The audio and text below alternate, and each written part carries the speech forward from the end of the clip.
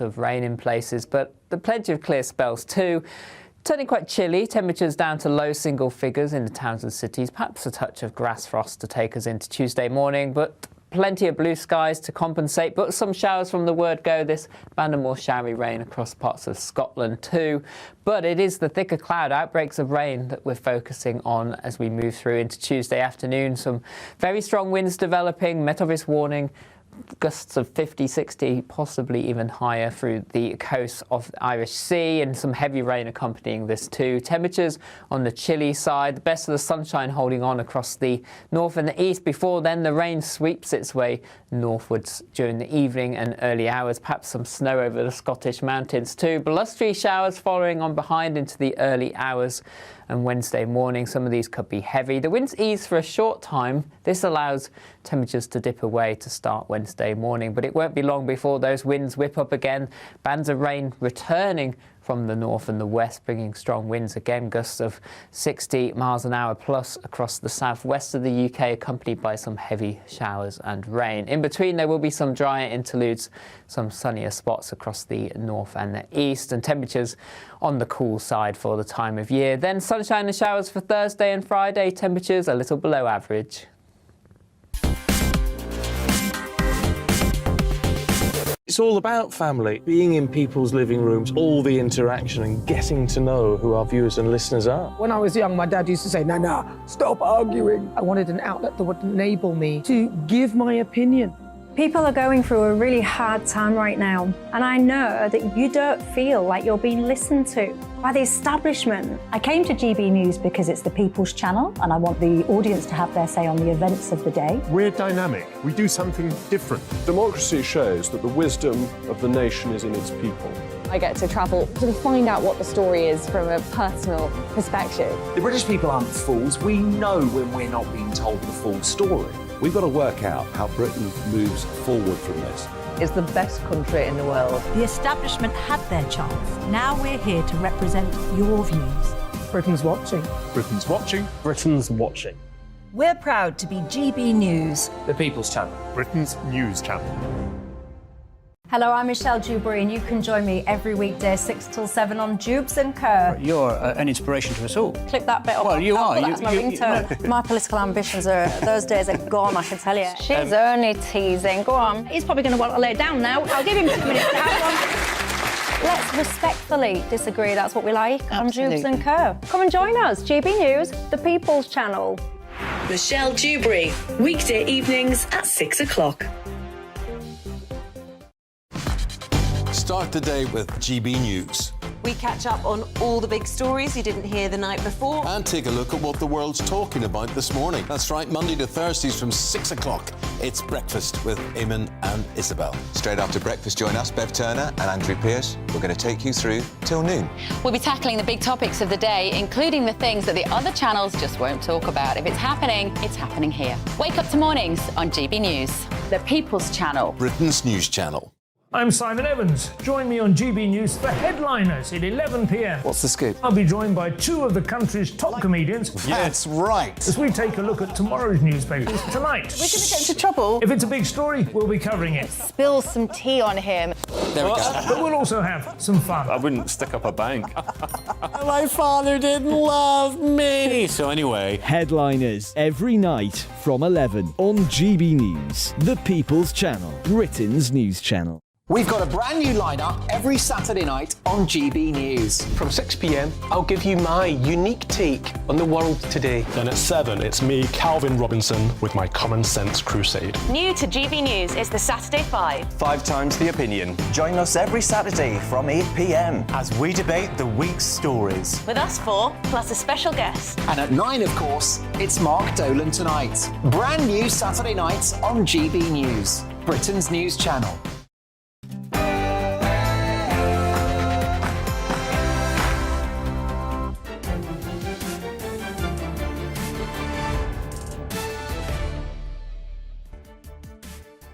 Hello, good evening, it's me, Patrick Christys. Unfortunately, I'm still not Jacob Rees-Mogg, who is making the most of his Easter, but we have an action-packed show for you on State of the Nation tonight.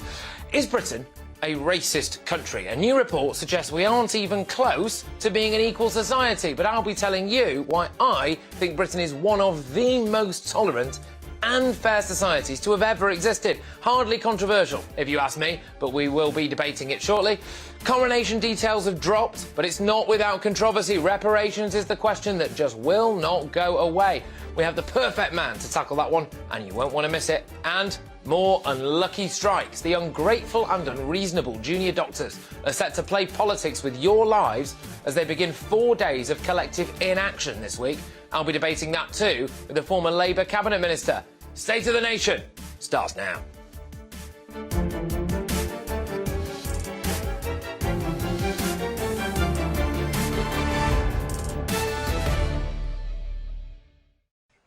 Yes, I am bang up for it tonight, ladies and gentlemen. We'll also be hearing from our esteemed panel, pugnacious historian Dr David Starkey and Michael Walker of Novara Media. As ever, I want to hear from you. It's the most important part of the show. Email us mailmog@gbnews.uk. Now, though, it's time for all the important headlines with Polly Middlehurst.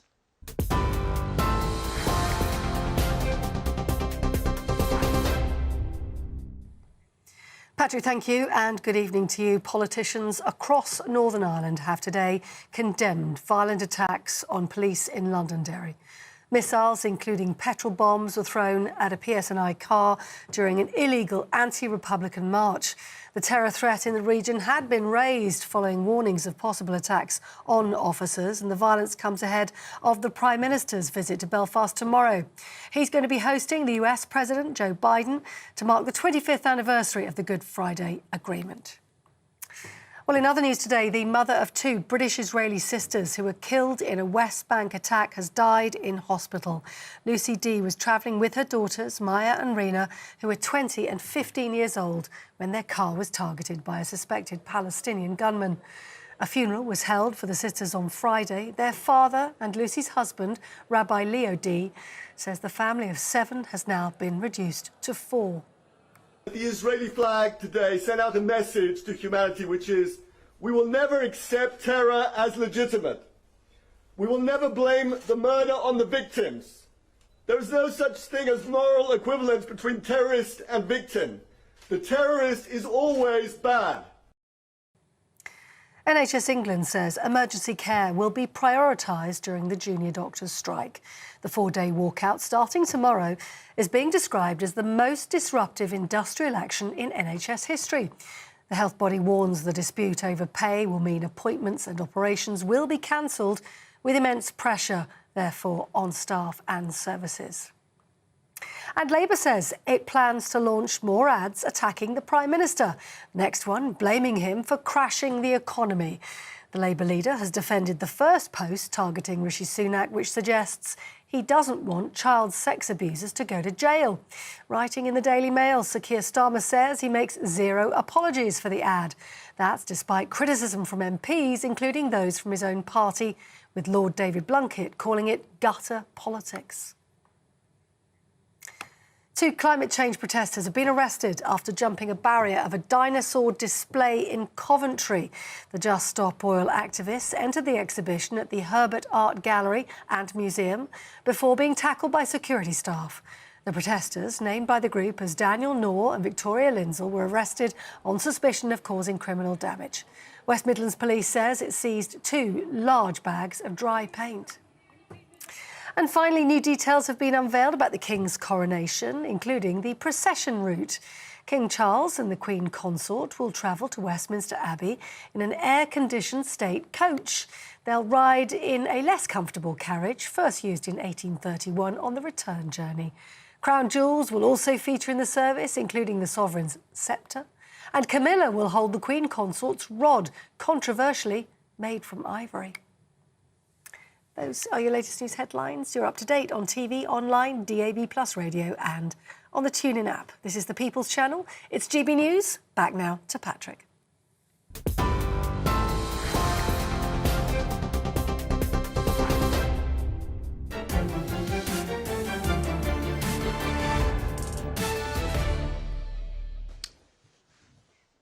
Welcome along. Now, Britain is perhaps one of the most tolerant, fair and equal societies to have ever existed. There's a reason why over 1 million people moved to the UK in the year ending in June 2022. Though I think this figure is a bit too high, it is a clear indicator that these islands are a desirable place to live, where pretty much anyone can significantly improve their standards of living. Look at the English Channel.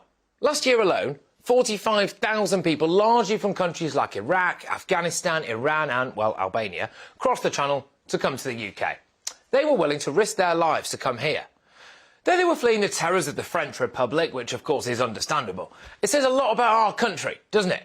Well, take a look at the front page of The Guardian this morning, shall we?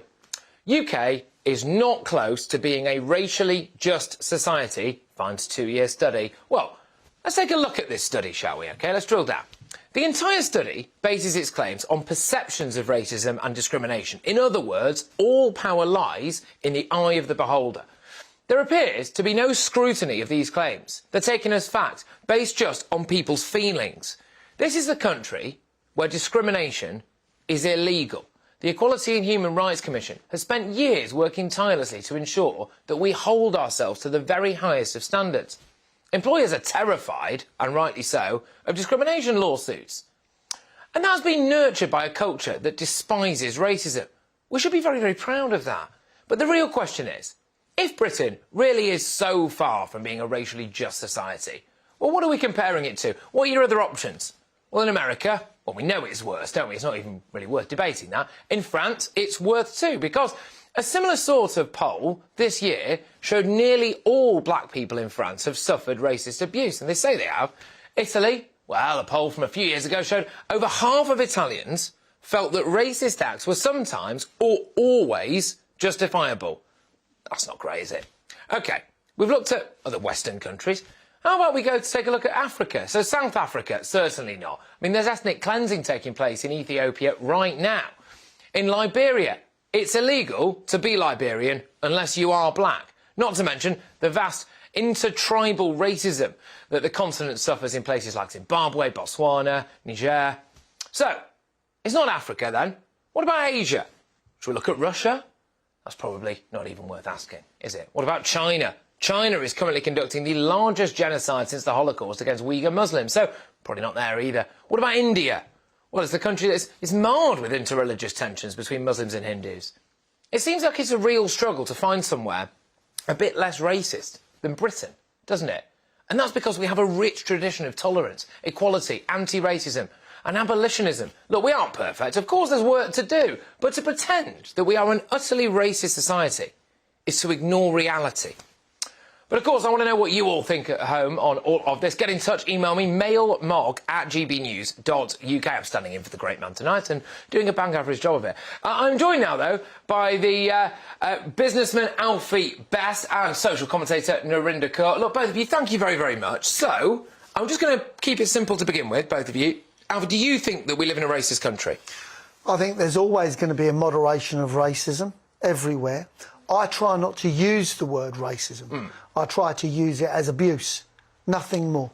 OK, now there's a reason why I came to you first, because you are from a traveller community, is that right for me to say? Yeah, I'm a gypsy. Right, OK, fine. You know who scored highest on the list of people who felt as though they'd been racially discriminated against? It wasn't black people, it wasn't people of Pakistani heritage or anything, it was traveller community.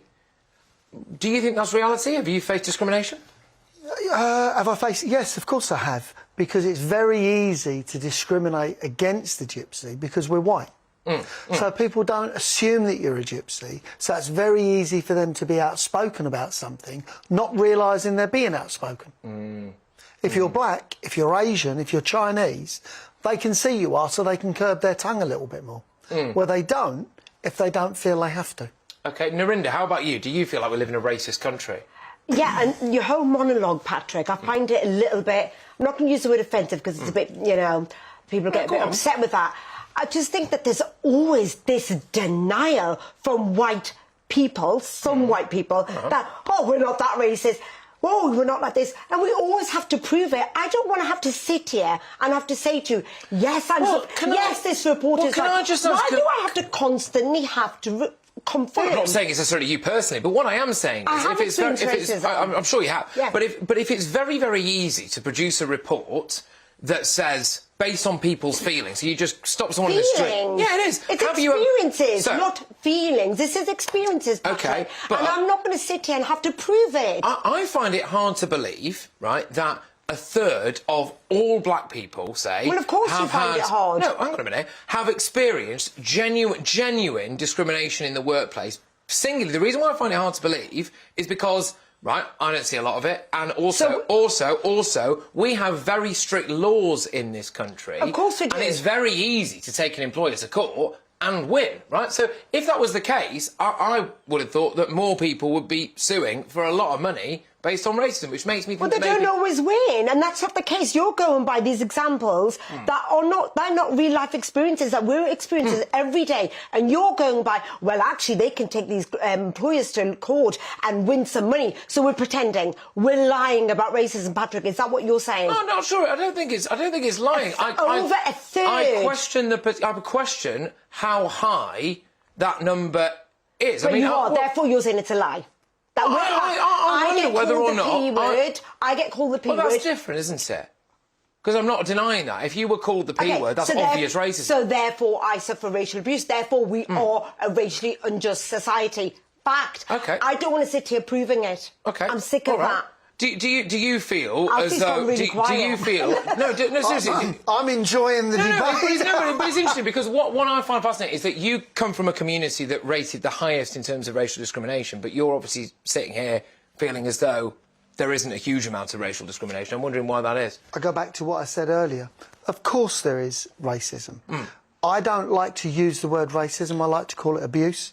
And the reason being I see abuse as putting somebody down. Why don't you like to use the word racism? Because I'm not different than anybody else. And racism is a word of saying you're different. It's too strong a word. Do you think it's a defining feature of our society? Because this is where we're at now, with the discussion. If you say to me, look, let's be very transparent. Bar Bar Black Sheep is banned, but yet Cher can sing about gypsies, tramps and thieves, and it's not banned.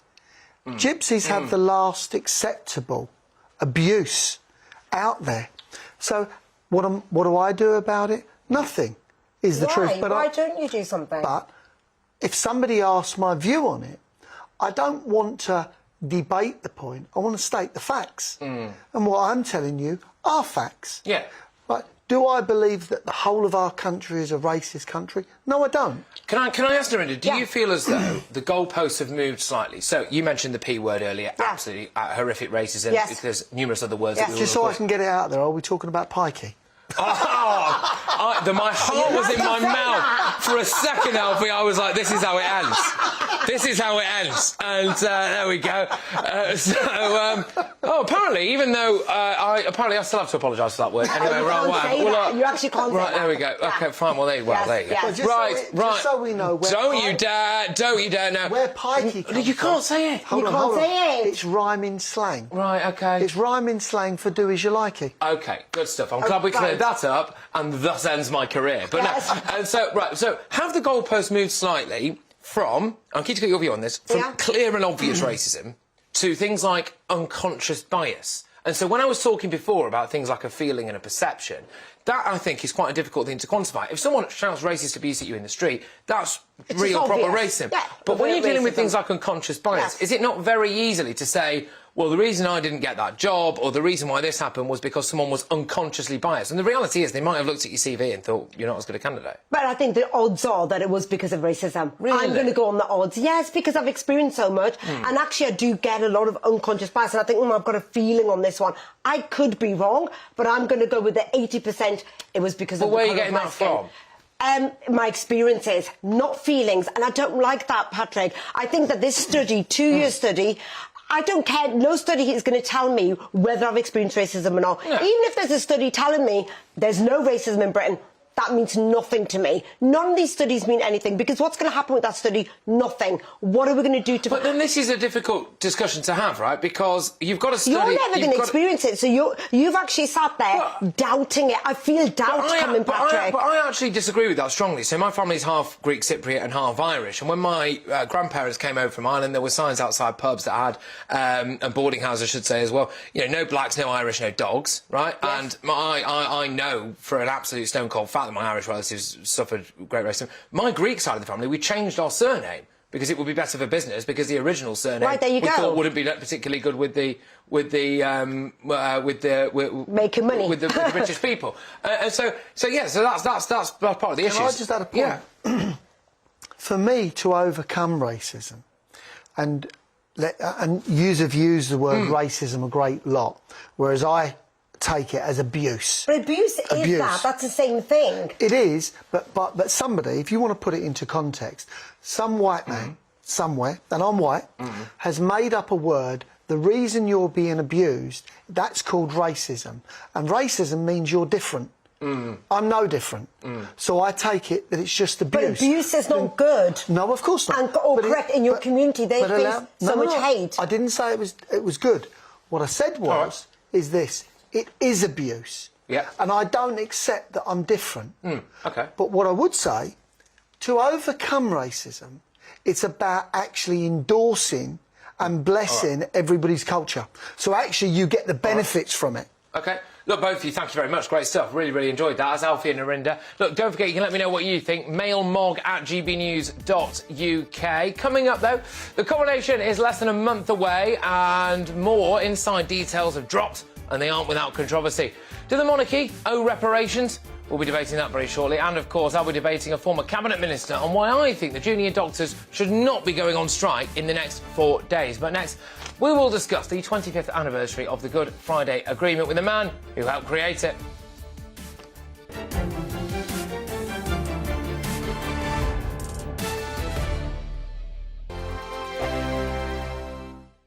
It's all about family, being in people's living rooms, all the interaction and getting to know who our viewers and listeners are. When I was young, my dad used to say, Nana, stop arguing. I wanted an outlet that would enable me to give my opinion.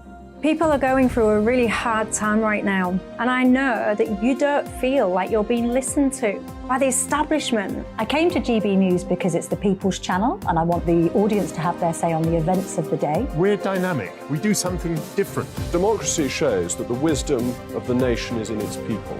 I get to travel to find out what the story is from a personal perspective. The British people aren't fools. We know when we're not being told the full story.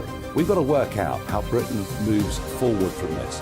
It's the best country in the world. The establishment had their chance. Now we're here to represent your views. Britain's watching. Britain's watching. Britain's watching. We're proud to be GB News. The People's Channel. Britain's news channel. Hello, I'm Michelle Dewberry, and you can join me every weekday 6 till 7 on Jubes and Kerr. You're an inspiration to us all. Click that bit up. Well, you are. That's my ringtone. My political ambitions those days are gone, I can tell you. She's only teasing. Go on. He's probably going to want to lay down now. I'll give him 2 minutes to have one. Let's respectfully disagree. That's what we like on Jubes and Kerr. Come and join us. GB News, the People's Channel.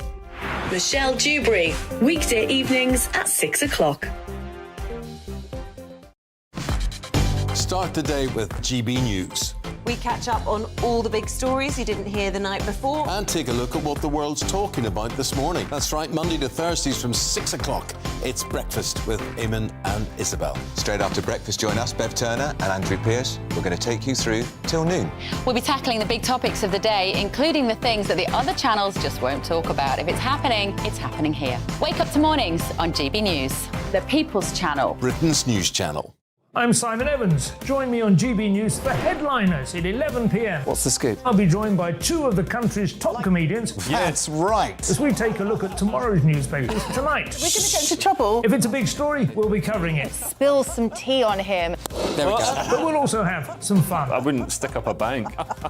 My father didn't love me. So anyway. Headliners every night from 11 on GB News, the People's Channel, Britain's news channel.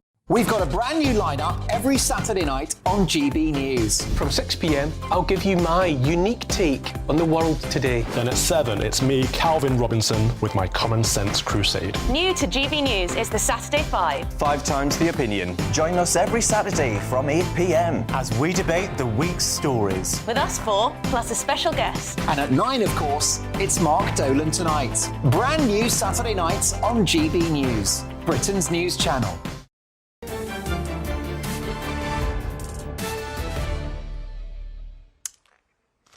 welcome back. I am not Jacob Rees-Mogg, but this is State of the Nation. You've been getting in touch with your thoughts. I've got time for one quick one.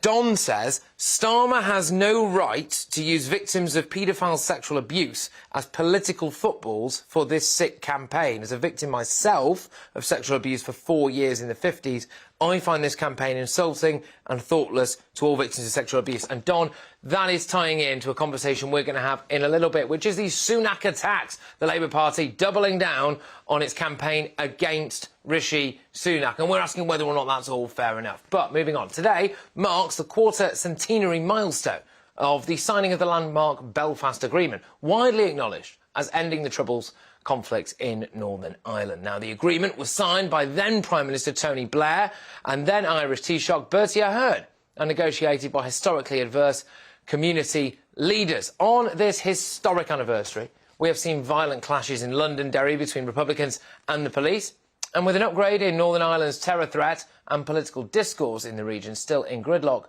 what should we make of the Belfast Agreement 25 years on? I'm joined now by Lord MP, former acting First Minister of Northern Ireland and Ulster Unionist Party negotiator during the Belfast Agreement. Thank you very much. Great to have you on the show. What do you make of all of this? 25 years on, we did see a bit of violence today. Yes, we did, and of course that was predicted and anticipated, and it's put on precisely to try and create the maximum amount of coverage for the views of a very, very, very tiny number of people. But if we take the big picture, if we look at the 25 years before the agreement and we look at the 25 years after the agreement, there is absolutely no doubt that an enormous number of lives have been saved. Not only lives, but injuries and so on. And if I could put it into context, there were about 3,700 people killed here in the Troubles. If we make that into a UK-wide figure, that would be equivalent to 123,000 people. So it gives you some sense of why we had to do something drastic to bring an end to the Trouble, and it largely has succeeded. And the good thing is that an entire generation has grown up without knowing anything about the Troubles. They're able to go about their business, and yet a second generation is now emerging also free from that. So I think, on balance, while there are flaws in it and many mistakes have been made, nevertheless, it has produced a positive outcome. Look, thank you very, very much. It's been great to have you on the show, great to have your input on this remarkable day. Thank you, Lord MP. Now, the coronation is less than a month away, and details of the procession, along with all the various accoutrements involved in the ceremony, have just been released, one of which includes a controversial ivory spectre, and that will be used by the Queen Consort. But the crown jewels have already had their fair share of recent controversy, haven't they? The Queen Mother's crown features the 105-carat Koh-i-Noor diamond, which has seen many calls for its return to India.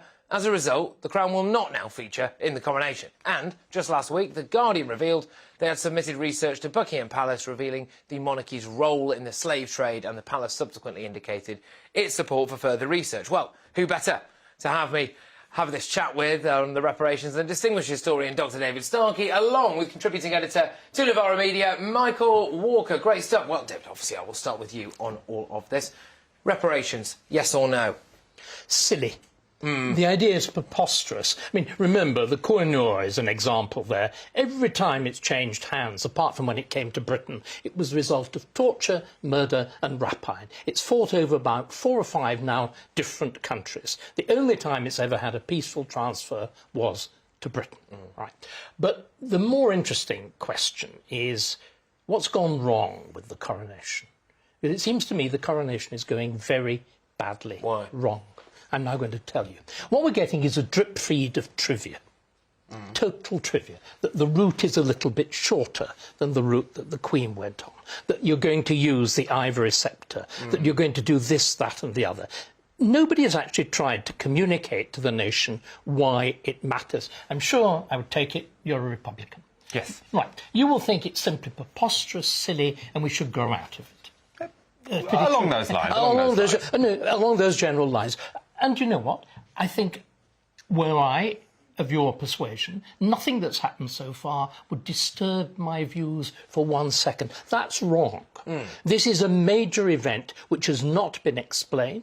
There's been no attempt at conveying why it matters. There's been no attempt at conveying why it's a big... You see, everybody understood that the Queen's death was big. It manifestly marked an epoch. The king is already king. He's had his accession. He had a solemn meeting with both houses of Parliament. So what's the coronation about? No one's explained it. OK. Do you think, then, that there should be reparations paid by the royal family for, well, the slave trade, or do you just hate wealth? Is that what it is? First of all, I'm not surprised you might have sidestepped the question about slavery. It didn't go too well last time we discussed that on camera, David, but we'll leave that to one side. We'll go back to it, but I thought it was important. We've been talking endlessly about racism. Let's hear about... So let's talk talk coronation. Well, I was going to speak about reparations because that was also up for debate. I think, obviously, if you have a society which, in some part, has got rich on the backs of the exploitation and the enslavement of another people, then there is a strong argument for reparations. I think in many cases the practicalities of that are very difficult. I'm not an expert on this subject. I haven't read a really persuasive account of how that can be done. But what was in the news today was this discussion that Prince Charles, well, King Charles now, my apologies, King Charles... I made the same mistake. King Charles has said that they will open their... He's willing to have a look at it. He's willing to have a look at it. And I think the argument here for why... the argument against reparations is to say you cannot hold people responsible for the actions of their ancestors. But if you want to make the argument that you can't have, you're not responsible, you don't have the rights and privileges of your ancestors, you can't be a hereditary monarch. Because the reason he is there is because of what his parents and what their parents and what their parents did. Just 1 second, Patrick. Let's now show that I'm not ducking. The great question is, what would you be paying reparations for? You see, the great point, you said you took for granted slavery is wicked. Nobody, or virtually nobody, in the 17th or the 18th century, anywhere in the world, thought that slavery was wicked. Slavery is not condemned in the Bible. What we should be talking about in the 18th century is a genuine revolution of moral consciousness. We've been through a moral revolution in my lifetime. I am gay. I grew up when gay men were publicly reviled. You've been talking about the enormous change over racism. What we should be talking about is how moral revolutions happen. And if we're wanting to look at the role of the monarchy, what you see very interestingly is that the monarchy broadly plays a very positive part in that. Clearly, there are several voices in the family. Some of them take a very conservative line, like the man who becomes William IV, the Duke of Clarence, who actually speaks as late as 1799 in favour of slavery. But the king is passionately in favour of abolition. The Prince Regent is in favour of abolition. And they're leading a revolution towards a more tender, towards a more compassionate, towards a more responsible morality. I still wonder, Michael, whether or not it is compatible, the monarchy, with the younger generations coming through today, and whether or not we're about to witness, David's going to balk at this, the last coronation. Because we've got animal rebellion, or animal rising as they're called now, who are dead against everything from the ivory sceptre to the fact that horses are being used. Extinction rebellion. Everywhere King Charles goes, he's either getting egged or people holding the sign up saying, "Not my king." You've got calls for slavery reparations. You're getting cheered. Come on, you're being as biased in your reporting as you were accusing the other people. I'm not, because I'm a massive monarchist, but we cannot deny that he's getting it from all angles. Michael, do you think it's going to be the end of the monarchy soon? Probably not. And I suppose the reason I say that is that the British institutions, when it comes to the coronation, I think at the moment probably we haven't been told the purpose of it, but I'm sure once the BBC grinds into action and GB grinds into action, there will be 24-hour coverage of why we should have a king and why it's all a good idea, and I'm sure that will be somewhat effective. I think actually the more interesting relationship is going to be between the Commonwealth and the monarch. And I think that's where it does come back to that conversation about reparations, because I think probably the reason why King Charles has said, "I want to open up the accounts," is because he recognises that an extreme source of tension is the fact that for 300 years Britain played a key role in the slave trade. Now, you might say moral revolutions are one interesting subject one can study, but if an injustice has gone on for 300 years and our wealth is in part because of our exploitation of another people, there are questions to answer that. Language. They did not think it was unjust. It doesn't really matter what they think. What was the effects of it? The effects of it that some people are richer and some people are poorer, and maybe we might want to redress that. What's wrong with some people getting rich? The reason we are sitting in this wonderful studio rather than in some miserable medieval hovel is called capitalism. Socialism simply destroys wealth. This notion that equality is a good thing.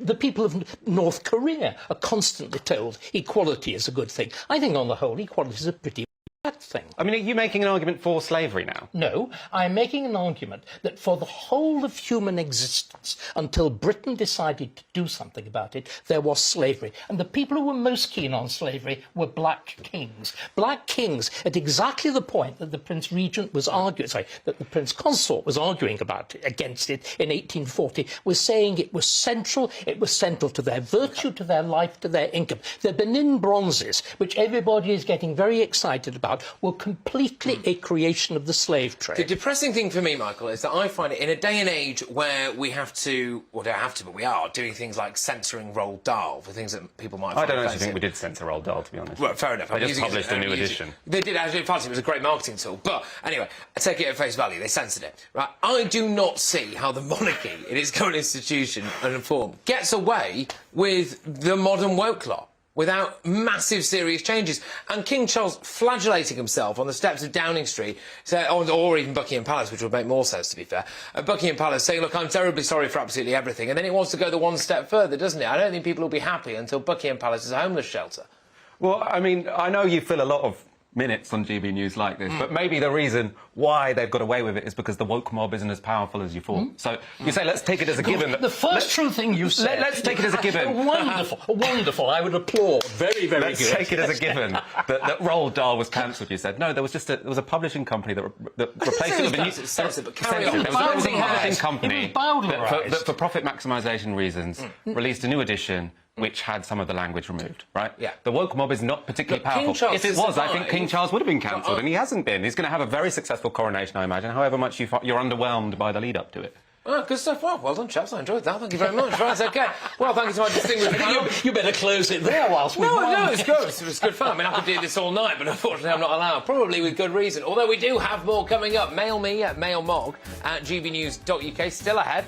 The Labour Party is up to some rather dirty tricks, and they've doubled down on it. And once again, don't forget to stick around for my debate with a former Cabinet Secretary about the junior doctors who are about to wreak havoc on the country.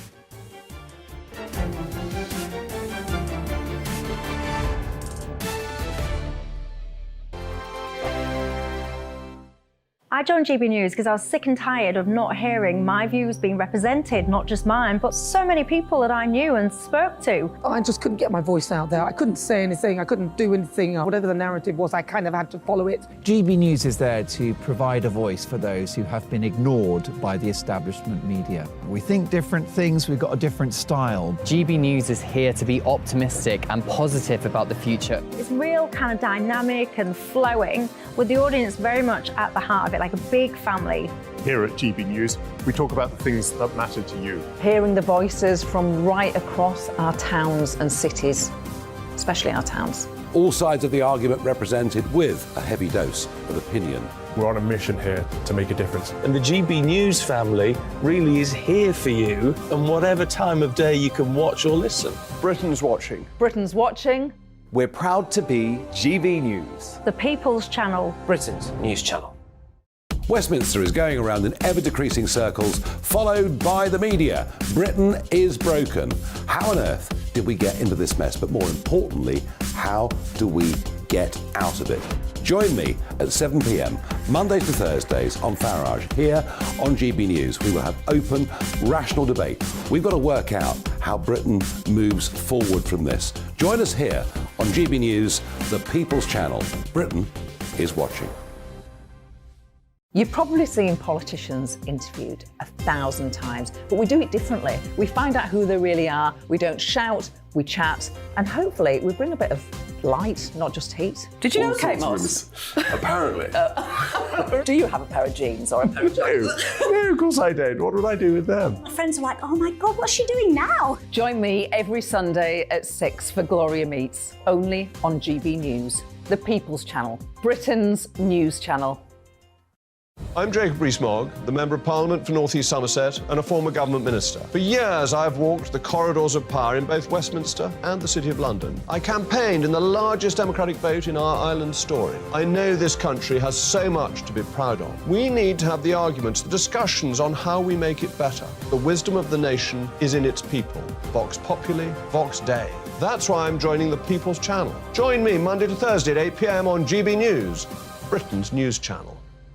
I'm Mark White. As GB News Home and Security Editor, I cover those key issues that are so important to you. Our authorities, our communities doing all they can to combat violent crime. With the public services under unbearable strain, why are we still failing to control our borders? Defence, the first priority of any government, has been continually hollowed out.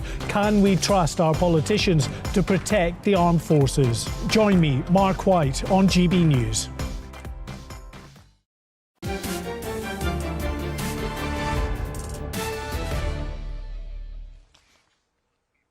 Welcome back to the State of the Nation. I'm still not Jacob Rees-Mogg. You've been getting in touch with your emails, and I'm going to go to Steve now.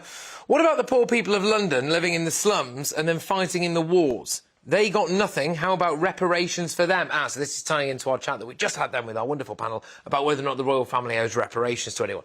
It's because of people like that that you have people being allowed to talk about reparations. OK, fair enough. Paul's been on. As an army kid, when my dad was based in Libya, I suffered racism by the locals, who were my friends, from the kids on the beach to the shopkeeper. Later, when I came home, I saw racism in my school in Ashton under Lyme against Asian kids. To me, it's always about power. You have decent people and idiots, no matter the race or colour. Look, Paul, absolutely, I completely understand what you're saying there. I think the question for me, which I was trying to get across, was really how endemic is it? How on the nose is it? And have the goalposts shifted when it comes to racism from the really overt, obvious stuff to this unconscious bias, which is much more difficult to prove, isn't it? Anyway, moving on. Labour said that Sir Keir Starmer has doubled down on the party's controversial attack ads directed at Rishi Sunak. Starmer wrote in the Daily Mail today, I stand by every word Labour has said on the subject, no matter how squeamish it might make some feel.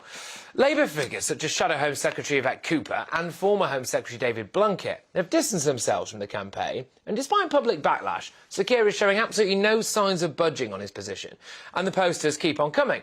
To delve into this, I'm joined now by esteemed historian Dr David Starkey and contributing editor at Novara Media, Michael Walker. Michael, I'm going to start with you. I think those adverts are absolutely fine. Yeah, I mean, I don't feel too strongly about them. I mean, it is incorrect what we say. It'd be nice if you suddenly developed strong views. Yeah, well, I will develop some. Don't worry there, don't worry. I'll work on it. I'll work on it. I think, let's be clear, it was inaccurate, what was said. I don't think there is evidence. Oh, it's a lie. There's no evidence that Rishi Sunak doesn't want to send child rapists to prison. No. I also do think, as one of your, someone who emailed in said, that I do think it's quite unpleasant to see child sexual abuse being used as political football, which both parties are doing at the moment, by the way. On the other hand, I do think Labour have an argument to make when it comes to criminal justice, and especially this. Now, I think that's less about sentencing, although there is an issue there. I think it's more about the fact that if you sort of report a rape, there's only a 2% chance that is going to lead to a charge. Child sexual abuse, there's only 10% chance that that's going to lead to a charge. And I think that has a lot to do with the fact that the budget for the Justice Department has been cut 25%. So Labour has a story to tell here, but they have done it in a rather dishonest way. I agree. One of the reasons why I don't really mind it is, I think it's politics, and not everything is fair game at all, but a lot of it is, unfortunately. That's the world that we live in. And then also, on top of that, I think it exposes a lot of where Labour are at. They went from being quite sure-footed on a lot of things, David, to going after Rishi Sunak personally. And the reason behind that is because he's actually doing quite well in the personal opinion polls, so even though his party might not be. And also, with it, has exposed the fact that, if anyone, out of the two of them, Rishi Sunak and Keir Starmer, who might be responsible for sentencing in this country, David, it would actually be Keir Starmer. It would. But I think you're beginning now really to get to the fundamental point. Labour's been taken by surprise that Sunak is as good as he is. The line that Labour was wanting to take was, we've had complete chaos under the Tories. Now we've got somebody level-headed, competent, like Keir Starmer. Now suddenly the Tories have got somebody who is level-headed and competent and 4 times as intelligent, because Starmer is a pudding. He's manifestly second-rate, he's stodgy, he can't think on his feet, he manifestly lacks any serious political skill. And the other thing that it exposes, frankly, is that Labour have got absolutely no ideas on anything. This is what is terrifying about our current politics. I think things are very bad. I think you're right about criminal justice. You're right about... we know the NHS is malfunctioning. The entire structure of government is working badly, and neither party has got any idea of what to do with it. Michael, now, we used to have a lot of discussions when Corbyn was top of the Labour Party. You backed him, right?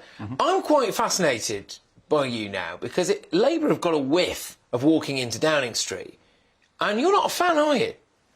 Well, I'm not a fan. I hope they win the next general election, and the reason is pretty clear, and I think that's why they're ahead in the polls, actually. I mean, I agree with you, Keir Starmer isn't a particularly charismatic or inspirational or impressive leader of a political party. Is he not Laboury enough for you? What is it? Well, I suppose my issue with them is what I want to see is a Labour Party that gets into power and says what we're going to do is fund public services properly. I think to fund public services properly, you're probably going to have to tax the rich a little bit more. Labour seem bit more. Labour seem very reluctant to say that they're going to tax the rich more. So that's my critique. At the same time, I hope Labour win the next general election, because we live in a two-party system, and I think the Tories over the last 13 years have run the NHS into the ground to a degree which is, well, I think will do to the next general election, because if you're not sure an ambulance is going to turn up when you call one, that's not very good for the government in You power, don't think there's a case to be made that the people who are running the NHS have run it into the ground? No, I don't think so. No. And On the contrary, there's a Do you know the government doesn't run the NHS? So you're behind the times. The NHS is run as a completely separate administrative structure. This is the catastrophe. Not only is the NHS run as a completely separate structure, so are the police, so is the setting of interest rates, so is the entire policy on climate change. We are not actually run by politicians. We're run by a series of expert committees over which politicians have got very little control, and this whole structure has run away and got out of control because each committee is a single issue committee, and if you've got a single issue committee, it cannot do what politics has to do, which is balance things against each other. We saw the catastrophe with lockdown, which was the triumph of this kind of approach to government. Monomaniacal. I don't really want to get involved back in lockdown, good grief, that's giving me flashbacks, but I take your point. Look, would it not be better for Labour to tell people why they should be voting for them and not why they shouldn't vote for Rishi Sunak, especially when some of the things they're saying about him aren't true anyway? I mean, this is where I would agree with you, and I do think that the Labour Party are a little bit terrified of offering anything. Yeah. And that's because essentially they are scared of the right-wing media, the corporate media, attacking them relentlessly before an election comes. I think what they're doing at the moment is they are scared that when the election comes, the Tories are going to be pumping out all of these ads saying that he was soft on Jimmy Savile, etc., etc., which is just as ridiculous as their ad about Rishi Sunak. But they're trying to get ahead of that curve and saying, look, we can play your game. It just so happens that they're stoking up a moral panic about there being paedophile apologists in the real issue? I mean, you said tax the rich a little bit more. The overwhelming mass of tax is paid by about 2% of the population. Because they have all the income and wealth. No. Not all the income and wealth. The only way you can run a welfare state is if people on average incomes are taxed heavily. The first time people on average incomes were taxed, had income tax, was in 1945 to pay for the welfare state. There is this absurd myth that there is this vast pot of gold held by 2 or 3 people. I'm sorry, what the Labour Party will not admit, what the Tories won't admit, if you want to run a welfare state of the size we've got and to run it with any degree of efficiency, tax rates would have to rise generally for ordinary people to push 60%. Look, there's no way out of it. Both of you, thank you very much. I have thoroughly enjoyed that yet again. Up next, though, are you facing a debilitating 4-day-long junior doctor strike from tomorrow? Yes, well, we all are, aren't we? And I reckon they actually haven't got all that much to complain about. Some say that's a controversial view. I'll be having a chat about why. Joining me live will be the former Labour Cabinet Minister for a head-to-head, telling me why I'm wrong.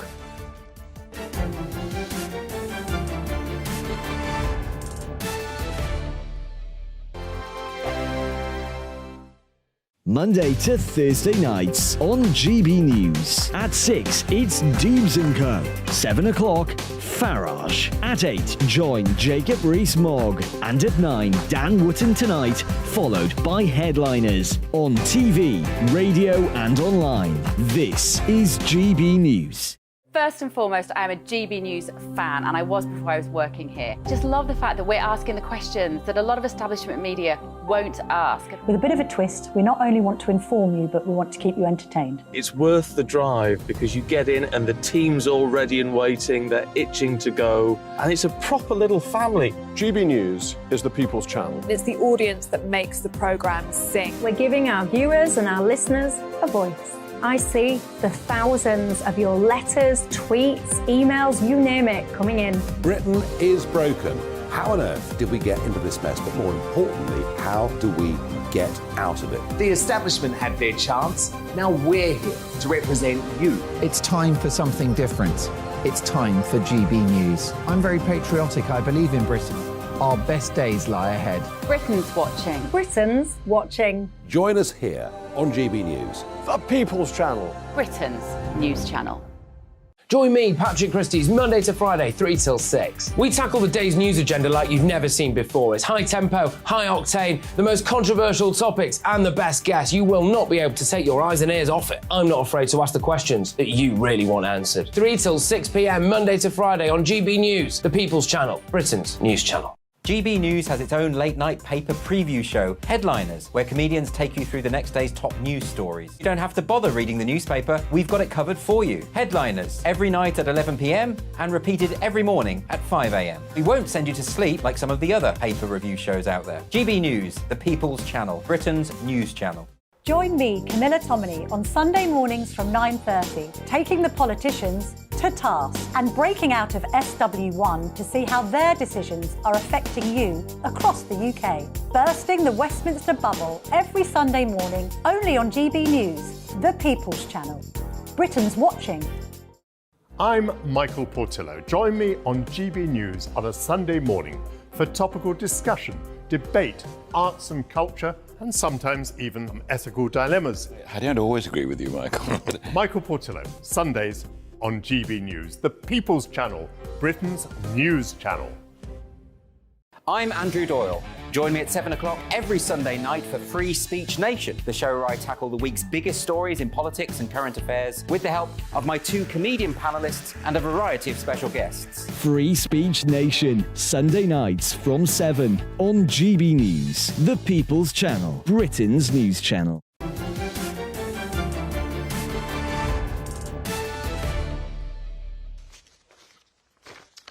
Welcome back to State of the Nation tonight, hosted by me, Patrick Christie's, and you've been getting in touch in your droves. Peter says, Rishi Sunak should post, I know what a woman is, Keir Starmer doesn't. That should stop the mudslinging, yeah, or add to it in a really great way. Richard says, as usual, David Starkey is spot on, pointing out that the underlying constructs of coronation are not well explained. The coronation sets the context of the king within our common law. It is priceless. OK, so David Starkey was saying that we need to better explain what's going on with the coronation to appeal to more people and make it more accessible. At the moment, we just know kind of the route, don't we? Something about a sceptre. Damon says, in 2010, the Tories did posters about Gordon Brown letting out criminals early from prison. Yeah, and this is, again, what we were talking about these Labour attack ads. I mean, I don't mind them at all. I don't mind them because politics is a messy business. I also don't mind them because they're not true, and anyone with a brain can see that. And I think it says more about the Labour Party than it does anything about Rishi Sunak, to be honest with you. So it's quite nice to know where your opposition is, if you're Rishi Sunak. Right, look, we're going to move on from that now and talk about an issue that is going to affect all of you, directly or indirectly, because more than 47,000 junior doctors are going on a 4-day strike this week, and you, the public, have been warned by senior NHS officials not to, quote, do anything risky. So once again, you're being asked to modify your lifestyle and behaviour, all for the sake of the sacred cow that is, of course, our NHS. So, for this week, everyone, stay home, protect the NHS, and, of course, watch GB News. It's not an official message. I might get in trouble for that, but it's what we'd like you to do. These doctors are asking for a 35% pay rise. Now, sure, we'd all like a 35% pay rise, but there does come a point, as public sector wages are actually higher than private, that it becomes utterly ridiculous. Joining me now to debate these numbers is the former Cabinet Secretary to Tony Blair, who is perhaps more sympathetic than I am, is Mr Sean Woodward. Sean, how are you? Good evening. Hi there. OK. Right, so, look, I'm having a look at some of the numbers here, OK? And this is where I think You might try to educate me. You may well educate me, right? Because the numbers that I'm seeing here would appear that we spend a higher percentage of our GDP on our health system than Australia, which is widely regarded as having a better healthcare system. The average salary in the NHS for a junior doctor is much better than the average salary for anyone in the private sector. The rate of progression is much better than anyone in the private sector. The pension is a lot better than anyone in the private sector. Why are they striking? There's a crisis because for far too long the government have failed to adequately fund the NHS. And you just gave us some figures, Patrick, but I'm going to give you two figures that I think anyone watching this programme really wants to bear in mind, which is we have an average of 2.8 doctors for every 1,000 people in this country. If we compare ourselves to Germany or France, that actually is not 2.8, but it's actually a figure of 3.7. We're 50% behind. We've got in this country at the moment around 70,000 junior doctors, and of those, we've got vacancies of nearly 8,000. We have a crisis, and you can produce as many figures as you want, but the government have allowed the real pay of junior doctors to collapse. I don't want to see a strike starting tomorrow. But I'm having a look at this now. Look, junior doctors start out on a salary of 29,300 to 34,000. A doctor beginning their specialist training will end up on 40,000 to 53,000. In 2020, the UK median salary for full-time workers in the private sector was £30,000. So when you start training as a junior doctor, you are on more money than the average salary in the UK. What's wrong with that? If you and I were to look around the newsrooms, the journalists of the major newspapers of our country, you would see that doctor's starting salary compared pretty poorly to the way that people were being paid to report this. No, it doesn't. Absolutely no, it doesn't. My first salary in journalism was £15,000 a year. My first salary was £15,000 a year. My second salary was £25,000 a year. My third salary was £30,000 a year. And I've been in journalism for about 6 or 7 years at that point. So that is patently not true. 20% pension. That's not bad, is it? No, it patently is true, and you don't like hearing the facts. The fact of the matter is that some junior doctors are actually making barely £14 an hour at the moment. And if you can't see that after all that training, that they have a fair argument, you're not being fair. And one of the most striking statistics of all is that last year, half of all the new junior doctors who came in were non-UK nationals. This coming from the same government that wants to make it impossible for people to come and work here.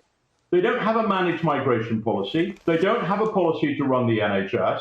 They have presided over a catastrophe in the NHS in the last few years. OK, so why can't we change it then? Why can't we change it? Because, look, I'm having a look at this now. Look, it's all very well and good you saying that it's an absolute catastrophe, OK? But clearly a lot of people do want to come here and work in our NHS. And the reality is that a lot of people who are junior doctors are perfectly happy to get a student loan to train here and then go to Australia, where under a system that people like yourself would not allow us to implement here in the United Kingdom, they can go and earn 3 times the amount of money and have a better quality of life. So I don't understand where you're really coming from with this. You're almost trapping people in this particular system, aren't you?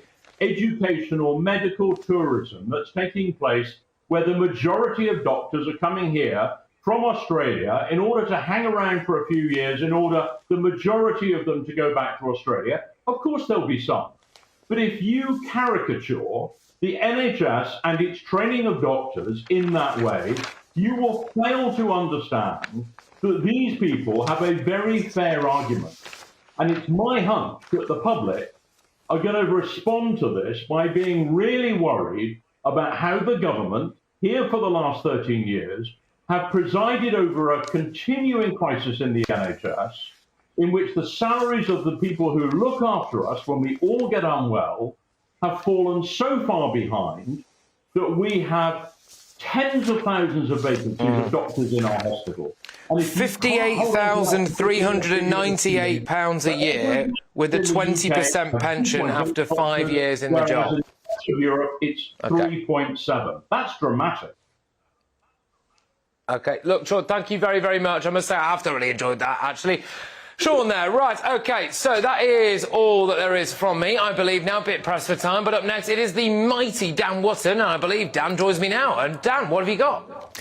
Happy Easter, Patrick. Great show. And yes, we have a big show as well. The woke war on women continues. And we've got an exclusive interview with Riley Gaines. Now, she is the US swimming champion who was attacked by trans activists at a San Francisco university over the weekend. It's a fascinating conversation still to come, Patrick.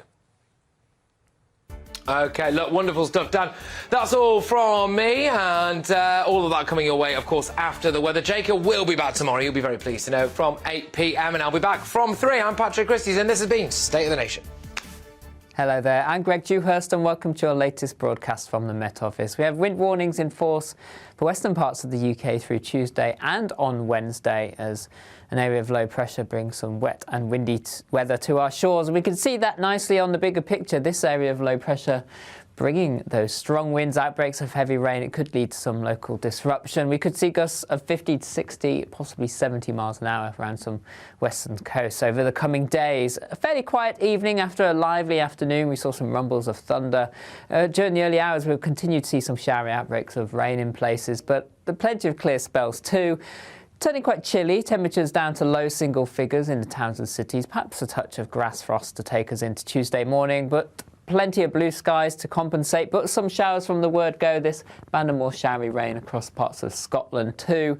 But it is the thicker cloud outbreaks of rain that we're focusing on as we move through into Tuesday afternoon. Some very strong winds developing, Met Office warning gusts of 50, 60, possibly even higher through the coast of the Irish Sea, and some heavy rain accompanying this too. Temperatures on the chilly side, the best of the sunshine holding on across the north and the east before then the rain sweeps its way northwards during the evening and early hours. Perhaps some snow over the Scottish mountains too. Blustery showers following on behind into the early hours. And Wednesday morning, some of these could be heavy. The winds ease for a short time. This allows temperatures to dip away to start Wednesday morning, but it won't be long before those winds whip up again. Bands of rain returning from the north and the west, bringing strong winds again, gusts of 60 miles an hour plus across the southwest of the UK, accompanied by some heavy showers and rain. In between, there will be some drier interludes, some sunnier spots across the north and the east.